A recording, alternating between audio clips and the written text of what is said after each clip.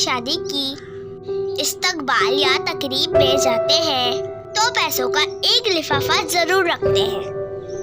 जब अपना कोई अस्पताल में जिंदगी और मौत से लड़ रहा होता है और हम देखने जाते हैं तब कोई लिफाफा हम नहीं लेके जाते, जबकि इस वक्त मरीज के घर वालों को पैसों की सबसे ज्यादा जरूरत होती है। क्या हम सब मिलके ये नया रिवाज शुरू नहीं कर सकते? बिल्कुल कर सकते हैं। बराए मेहरबानी अगर आप भी इत्तेफाक करते हैं तो ये पैगाम सबके साथ शेयर कीजिए। ये थी मेरी आज की बात। अल्लाह हाफिज।